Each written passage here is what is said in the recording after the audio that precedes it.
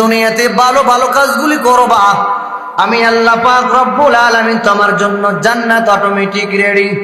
আর যদি বলো না করব না, নামাজ পড়বো না, তিলাওয়াত করবো না, আল্লাহ পাকের হুকুম আহকাম মানবো না, নবীর তরিকায় জিন্দেগি পরিচালনা করবো না, দাড়ি রাখবো না, মাথায় টুপি দিব না, কেউ কারো কথা শুনবো না, ওলামায়ে কেরাম বয়ান করবে, আমরা শুনতে রাজি মানতে রাজি নয়। এরে আল্লাহর বান্দা শুনো, ওই যে কবরে যাইবা, কবরে চিন্তা রেখে রেখে রেখে ভালো কাজ করো।